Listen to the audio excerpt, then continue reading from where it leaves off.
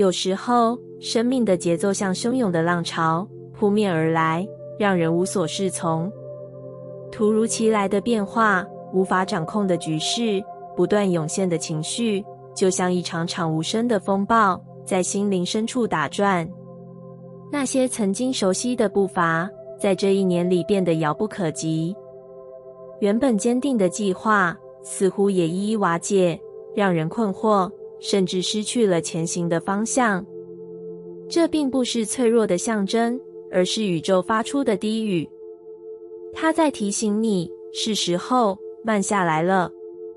我们都曾被教导要追求效率，达成目标，创造成果。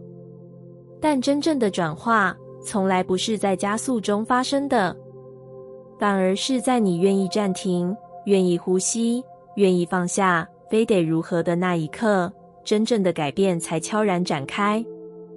你是否曾经静静地坐着，什么都不做，只是专注地听自己呼吸？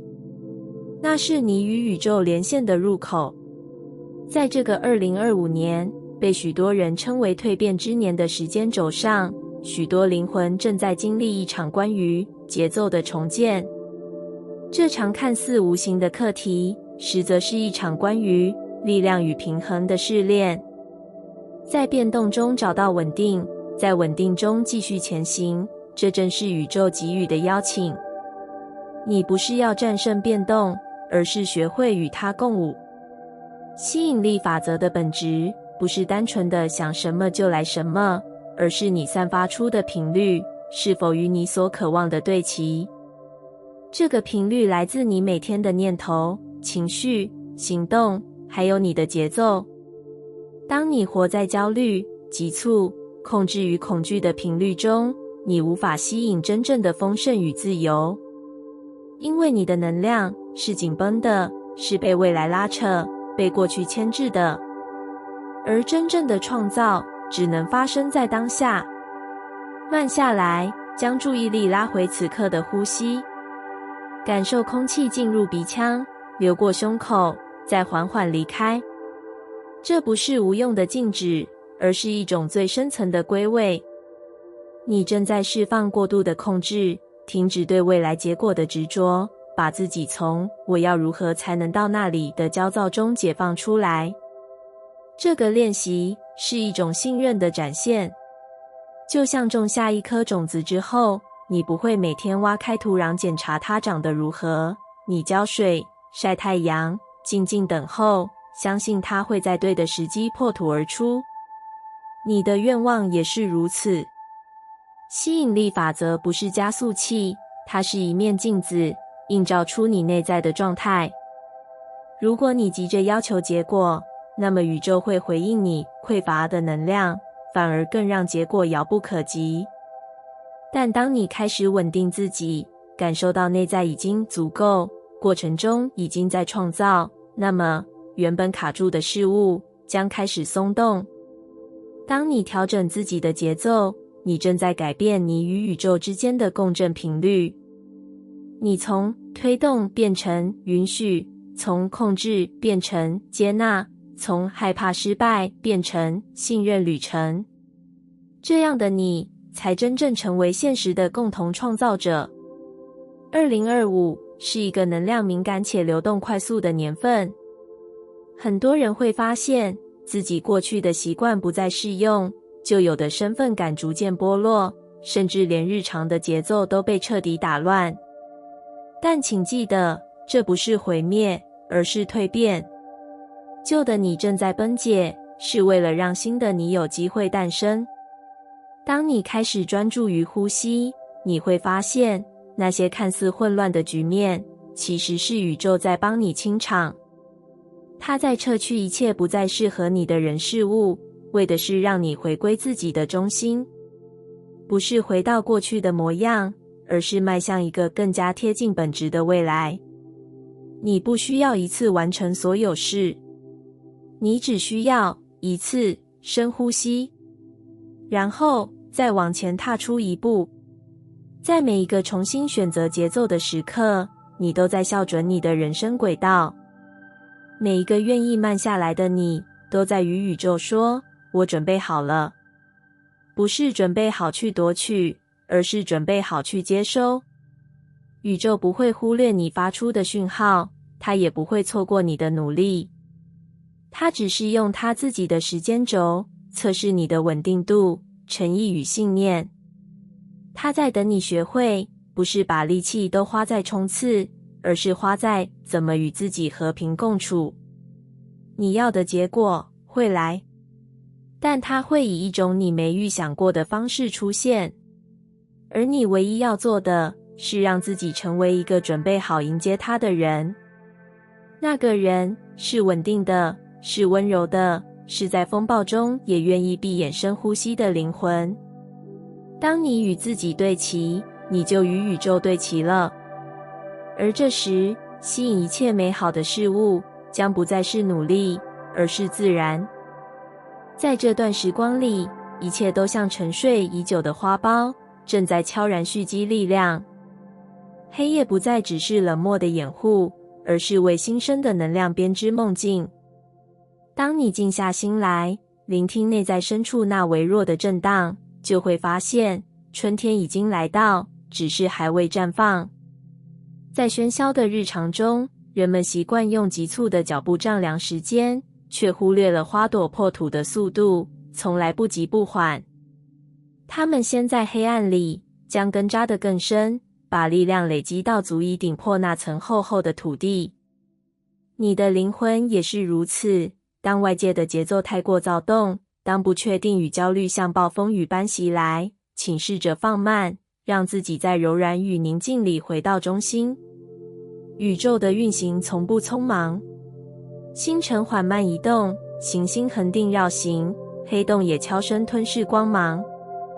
如果把你的生命比作宇宙的一部分，那么转变的过程恰似恒星的诞生，在无尽的尘埃与气体中，能量渐渐汇聚，引力渐增，直到一个临界点，光芒会自内而外喷薄而出，照亮周遭。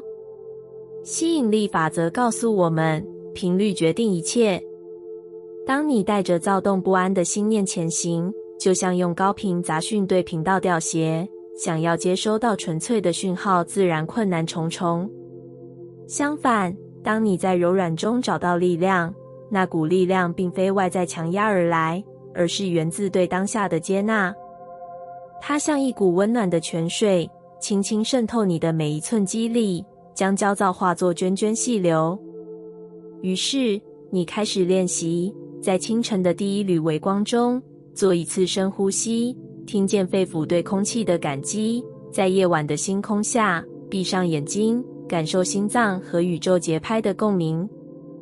那一刻，你的频率与宇宙的脉动重叠，吸引力法则早已启动，你所期待的能量像极远的星系回响而来，沿着无形的线路汇聚到你身边。在柔软中找到力量，不是自我懦弱，而是最高形式的勇气。当你愿意放下对结果的执着，就给了宇宙施展魔法的空间。想象一块石头沉入镜湖，你的每一次放松都是投入，激起的涟漪却会乘风远行，直达湖岸。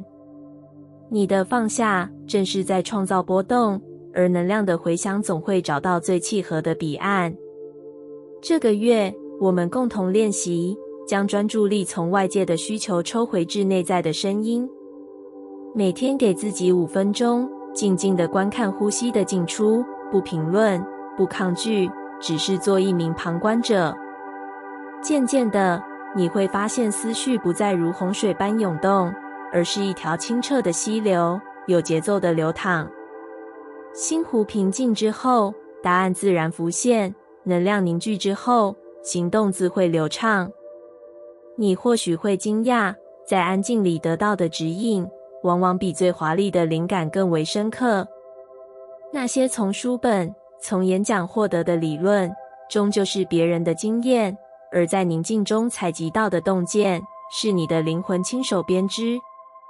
当你在柔软中找到力量，并以最真实的姿态向宇宙敞开，吸引力法则便会在背后默默回应，让机会如繁星洒落，让时机如潮汐涌至。或许这个过程不见得轰轰烈烈，却会在每一个细小的瞬间，悄悄改变你的内外世界。一次温柔的微笑，一声对自己的肯定，一段接纳失败的对话，都能成为新生的养分。当你允许自己在不完美中依旧保持柔软，能量就不再被抵抗消耗，而是在软化与包容中逐渐归位。在蜕变的过程里，黑暗并不可怕，它是你脆弱的试金石；寂静并不孤单，它是你与宇宙最真切的对话；退却并非终止，它是为下一次飞翔积蓄力道。当你在柔软中学会感受到那股细腻却坚定的力量，你就已经在绽放前夜，完成最重要的植根。就让我们在这个月里，彼此成为伙伴与见证者，在无声的空隙中，彼此分享呼吸的节奏，在静谧的深处，彼此感受心跳的跳动。你把目光收回到自己的内在，我把文字化作回声，连成一条看不见的桥，让我们在柔软与安静中，重新对齐那股最纯粹的能量。当内外重新平衡，你就会明白，绽放从不是一场外在的演出，而是灵魂在完成蜕变后最真实的回应。它不需要华丽的舞台，却能以最温柔的方式照亮所有阴影。它不依赖他人的目光，却能散发出令自己惊叹的光芒。宇宙正在注视，也在倾听你心底最轻微的频率。当你在柔软中找到力量，在安静中感受指引，便是对宇宙最深的回应，因为此刻的你，正是那朵准备绽放的花蕾。在一片静谧的夜空下，心中那道深沉的痛苦如同北极星般闪烁，却不再刺痛。疗愈的本质，并非驱逐所有阴影，也不是向悲伤永远说不，而是在破碎的裂缝中，选择用爱填满缝隙。这是一种内在力量的自我赋予，一种信任的盟约，在混乱中仍能找到安定，在低落里仍能选择爱。从小，我们学会了用逃避来对抗痛楚，用麻木来抵御悲伤。然而，真正的疗愈不是以躲藏换来一时的平静，而是在面对时，依然能伸手抚摸自己的伤口。就像宇宙并不排斥黑暗，而是在黑洞中心孕育星星，疗愈也在于容许自己的阴影存在，并在其中点燃希望的火花。有一天，静坐于草地下，仰望星海，我听见自己内心的颤抖。如果再勇敢一些，是否能让眼泪化作滋养？吸引力法则告诉我，频率决定实相。当我允许悲伤成为一部分，又在呼吸间注入温柔，便是在告诉宇宙，我准备好了，要一起看见光。于是，我开始在日常练习，当悔恨如潮水涌来，先深吸一口气，不抗拒，再放下对当初若能如何的纠结，轻声对自己说，我接受这一刻的自己。那一刹那，内心的震荡不再是破坏，而是化为柔软的浪花，轻拍心岸。在痛苦中选择爱，不是自欺，而是最真实的勇气。你可能曾在黑夜里，对着空无回应的喊着，别让我再痛。可若将那份呼喊转为，请教我如何接纳，震动的频率就会改变。当你把逃离换成倾听，就已经在疗愈的道路上走出第一步。有时，情绪来得突然，如暴风雨般卷起往日的伤痕。这时，闭上眼，让思绪缓缓沉降，像落叶一片片滑落湖面。在那片宁静之中，接纳所有微小的颤抖，允许自己一点点的破碎，然后在破碎里重组。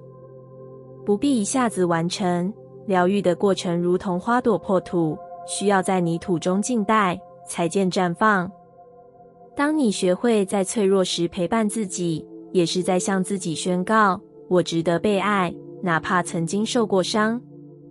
这种信任比任何外界的安慰都更扎实，因为它源自内在深处，不依赖任何人、任何事。你成为自己最可靠的依归。在安静中感受指引，并非所有答案都从文字里涌现。当我静坐于森林间，感受风穿过树梢的低语，便觉察到真正的声音来自心底。那里住着一股未曾被摧毁的柔软，它引导我一步步走向疗愈。吸引力法则在此展现，当你与内在保持连结，宇宙也会以巧合和同步送上必要的支援。有一次，我在深夜里试图对抗那份沮丧，却发现越是抗拒，越发挣扎。转念一想，何不将沮丧视为一位古老的朋友，让他在耳边低语：“我在，你不是孤单。”当我温柔地倾听，悲伤不再成为敌人，而是心灵成长的催化剂。疗愈的力量，并不在于一朝一夕的消失，而在于你愿意相信，即使伤口尚未完全愈合，你仍能站得更稳。当雨后的彩虹从天际浮现，它告诉我们，风雨虽猛烈，却也是光彩的源头。你在痛苦中选择继续呼吸，在泪水里选择拥抱自己，那就是最深沉的疗愈。或许你已尝试过各种方法，却仍觉得无法真正放下。给自己一点耐心，疗愈需要时间，就像行星环绕恒星，要经历漫长岁月。每天只需一个小小的动作，抚摸自己的手腕，轻声说：“我在这里。”那短短的1秒，能在你体内唤醒信任的频率。在蜕变的旅程中，你不必独行。当你在柔软与真实中，向另一个正在挣扎的灵魂伸出手，疗愈的能量便无限放大。2颗心在共同的脉动里相遇，互相成为光，照亮彼此前行。吸引力法则在此显灵，类似的频率相互吸引，而疗愈的频率最需要同伴的共振。在这漫长的疗愈之旅里，你终将明白，爱不是逃避，而是看见痛苦后依然能选择温柔。信任不是天真，而是勇敢地相信自己有能力承受并化解困境。力量不是坚硬，而是在柔软中依旧能保持中心。当你学会这3者，你就真正与宇宙的节奏共振，吸引那份属于自己的宁静与光明。如今，当你再次面对那片曾经让你颤抖的黑暗，试着轻声呼唤：“我在这里，愿意与你同在。”静待片刻，你会感到内在传来一抹回应，如同星光闪烁。那是疗愈的声音，提醒你，最深的痛苦也能孕育出最真的和平，最深的跌宕也能开启最宽广的爱。在教学与创作的旅途中，每一次开口，每一笔落墨，都是一次对知识的选择与历练。起初，对外界的期待总像潮水般涌来，有人问为何这个概念如此重要，有人追问能否将所有章节压缩成1页，更有人希望用最浅白的文字速成所谓的速读心得。当时，我尝试用力回答，试图在最短的篇幅里装进最多的资讯，却发现越是匆忙输出，越容易让知识流于浮光掠影，失去了缜密的纹理与脉络。那是一段焦躁的时期，宛如置身浩瀚星海，却想用一丁点手电筒的光束把整个宇宙照亮。吸引力法则在此显灵，当我心怀焦虑，用力传递每一个答案，便只吸引到更多急躁的疑问和断章取义。那时候，我仿佛被抛到量子场中，四面八方扑来的能量全是杂讯，难以辨清哪个问题才真正值得用心解答。某一日，静坐在书桌前，我把笔放下，深吸一口气，试着聆听课堂外的风声，聆听内在的悸动。忽然明白，知识传递不是一场声量竞赛，而是一次频率对齐。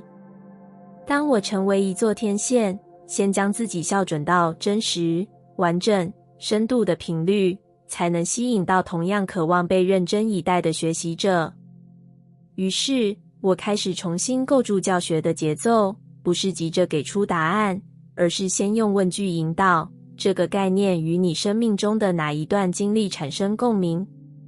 这道题的背后还藏着哪些未被察觉的假设？当学生或读者开始在心中与内在对话，他们自然会把注意力从获得标准答案转向理解原理与背景。一旦这个频率打开，我只需在关键时刻提供最贴切的事例，或是提出能够掀起思考涟漪的一句话，就足以让知识在他们心里自动发酵。我深信，有些内容必须用声音与表情去传递。面对面教学的力量，就在于那一秒的共振，一句低沉的语调，一个微笑的停顿，能将文字中的细节活化，让重点与情感一同落地。否则，文字如同星辰，虽无所不在，却容易散落于风中，再美也无从聚拢。在设计教案与撰写文本之间，我学会反复自我觉察，这段文字是否承载了尊重？这个举例是否能兼顾多元背景？我会把手稿放下，去散步，去仰望夜空，感受宇宙默默的呼吸，然后再回来校对每一行字。有时，一个比喻或一段引言，就能让原本文字过于抽象的理论，瞬间生出脉动，照亮学习者的思维。吸引力法则不仅作用于心灵，也作用于教学现场。当我以真诚与在乎的频率去引导，学生自然而然地渴望提问，渴望深化理解。教室中每一次静默的思索，每一次相互分享的火花，都是频率相互吸引的证明。相反，若只是强灌资讯，便只会吸引更多疲惫的眼神与无意义的笔记。我体会到，教学不是知识的倾倒，而是能量的共振。当我把每一堂课视为一次宇宙对话，先调整自己的频率，让心念与课题对齐，才有可能邀请其他灵魂共舞。这样的教学，既是一场理论的引领，也是一种灵性的陪伴。在每一个提问中，教师与学习者互为彼此的镜像，共同在知识的海洋里展开探索，并在真实、温柔的能量场中，让领悟之花绽放。渐渐的，我发现，越是让学习者主导思考，越能产生深刻的实践动能。那些曾经需要我用尽力气解释的概念，如今只需一个问题，就会在讨论中被拆解、重组，并激荡出新的见解。这正是对知识最深的尊重，它并非一成不变的文本，而是一个活生生的脉络，需要在不同生命阶段重新被理解、被实践，并带出属于每个人独特的光芒。在教学与创作的道路上，我逐渐把握到一个核心，不是每个问题都必须用力去回答，不是每一个讯息都值得倾尽心力去解释。该留白时，留白为思考腾出空间；该点醒时，以一句诗意的比喻，点燃对未知的渴望。当知识传递与自我觉察、反思、校正在同一频率中运行时，才能让学习成为一场自发的蜕变，而不只是一段短暂的记忆。愿这份关于教学与创作的反思，能引起你的频率共振。在你选择何时说、何时静默、何时生根的瞬间，就已在宇宙的法则中种下种子。当这些种子在每一个生命阶段里开花结果，才是真正让知识传承绽放深刻而真实影响力的时刻。